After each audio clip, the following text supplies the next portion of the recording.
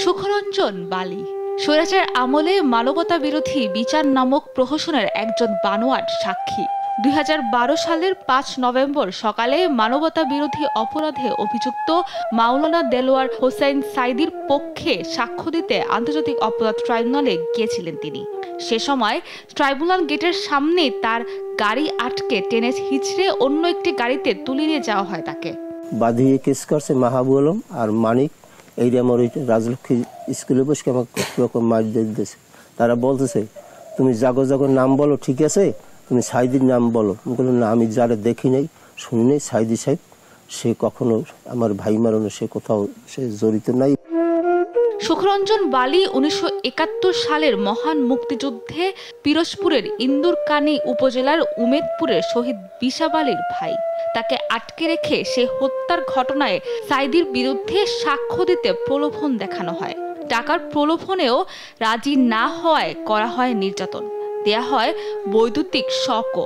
সেসব নির্যাতনের বর্ণনা উঠে আসে সুখরঞ্জন বালির মুখে। সীমিত খাওয়ান দিত, আর ওই ভিতরে বাথরুমও যেখানে, আর এর পাশেই আর কি রাখার থাকার কায়দা ওই সীমিত জায়গার ভিতরে, মানে একাতারে দুই দিকে এইটু জায়গায় থাকতাম, বসতে বসতে দুইটা পার গিলা ঘা হয়ে গেছে। আর ওইখান দিয়ে ধরেন সবসময় যেন ঠান্ডা, মানে ঠান্ডাই পাইছি, গরম পাইনি। আমি খুব এর ভিতরে খুব অসুস্থ অবতারেই আমি ছিলাম। আর এর ভিতরে আমাকে ওইরকম নিয়ে কারণ সর দিত এই সাদা পোশাকধারীরা। এই দীর্ঘ 15 মিনিট, কোনোদিন 20 মিনিট, 2 দিন 3 দিন অন্তর অন্তর নিয়ে আমাকে ওইভাবে কারণ সর দিত। সুখরঞ্জনের অভিযোগ, এত সব নির্যাতনের পরও সাঈদীর বিরুদ্ধে সাক্ষ্য না দেয়ায় ভারতীয় সীমান্তরক্ষী বাহিনী বিএসএফ এর হাতে তুলে দেয়া হয় তাকে। সেখানে তার উপর চলে অবর্ণনীয় অত্যাচার। বন্দি করে রাখা হয় বসিরহাট জেলে, পরে নেওয়া হয় দমদম কারাগারে। বিএসএফ এর কাছে দিয়েছে, বিএসএফ তখন দেওয়ার সাথে সাথে মাই ওসাই দিয়েছে এই 2 কান এইখানে ঘাদি ফেলাইয়া বিএসএফ এর হাতে দিয়েছে এই বিডিএর ধরিয়া। অসুস্থ মানে ভীষণ, তখন আমাকে ওই বই আপনার এরা বসিয়ে দিয়া আপনার দমদম কারাগারে পাঠাইছে চিকিৎসা বাদার করার জন্য।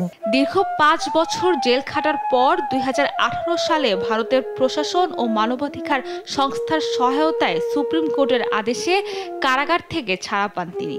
দেশে এসেও নির্যাতনের ভয়ে যেতে পারেননি বাড়ি, পালিয়ে বেড়ান এখানে ওখানে। আমি ছেলে মেয়ে কোথায় কি ছিল, কি করছে তাও আমি জানতে পাইনি। আমি খুব দুঃখজনক নিয়েই এখন পর্যন্ত আমি আছি, খুব দুঃখের উপরে। এই আমি নিজে, আমার স্ত্রী মারা গেছে আমার চিকিৎসা বগর, এই আমরা তার চিকিৎসা করাইতে পারি নাই, পয়সা নাই, পাতি নেই, নিজেরই আহার নিজেরই আমার জোরে না, এই অবস্থায় আমি আছি।